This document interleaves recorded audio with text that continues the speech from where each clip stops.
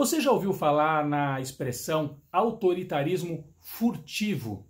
Ela vem sendo utilizada pelo professor André Sinja, de Ciência Política, na Universidade de São Paulo. Ele, na verdade, aproveita um conceito criado por um autor polonês, Adam Przeworski, de origem polonesa, radicado nos Estados Unidos. Eu queria conversar sobre isso aqui. Quais são os sinais de que o autoritarismo furtivo já está se implantando no Brasil?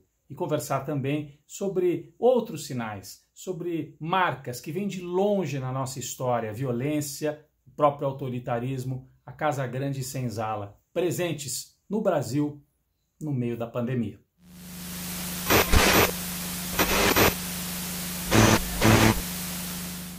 Bom, autoritarismo furtivo significa o seguinte: é um regime autoritário, uma espécie de ditadura que vai se implantando aos poucos. Ela vai solapando, destruindo as instituições, comendo a democracia por dentro. Muita gente nas últimas semanas me pergunta: será que nós vamos ter um golpe militar mesmo no Brasil?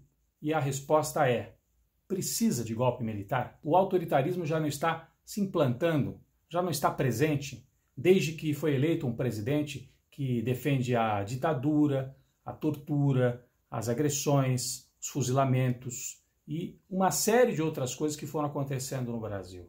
Vamos fuzilar a petralhada aqui do Acre, hein?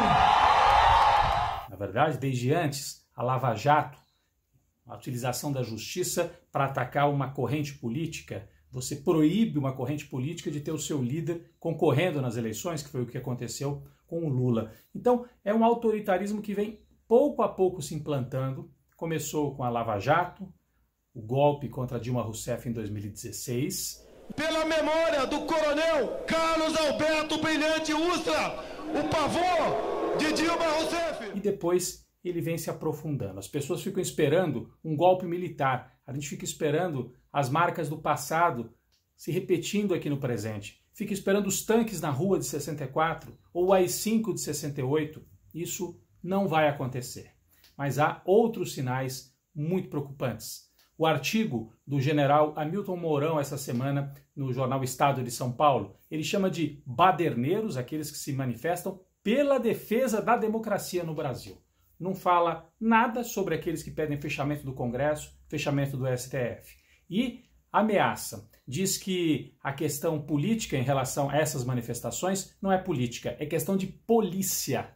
Então é como se a gente estivesse voltando para os anos 60, para os anos 70 ou até para os anos 20, quando os presidentes lá da República Velha diziam que a questão social no Brasil é questão de polícia, se resolve com pancada em cima do trabalhador.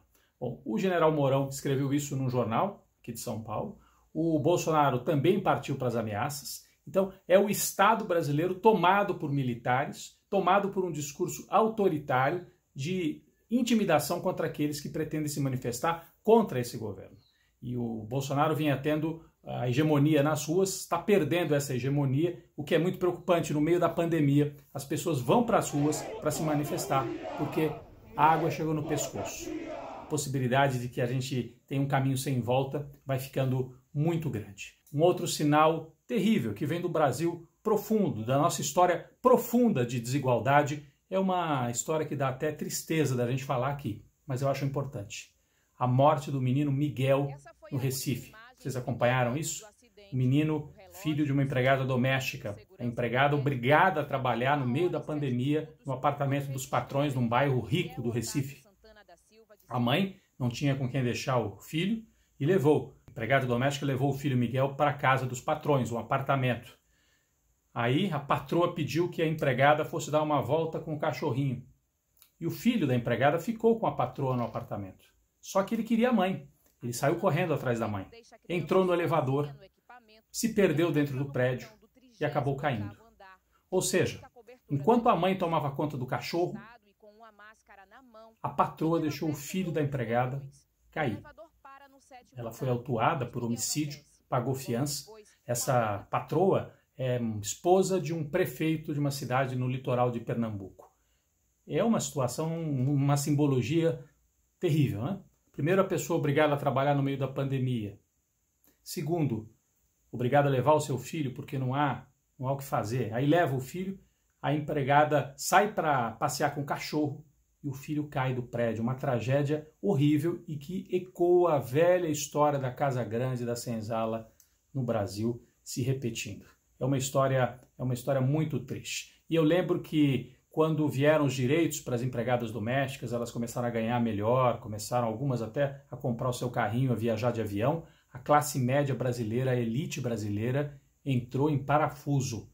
Uma socialite no Rio de Janeiro chegou a escrever no jornal que não tinha graça mais ir para Paris porque ela encontrava o zelador do prédio dela também viajando para Paris.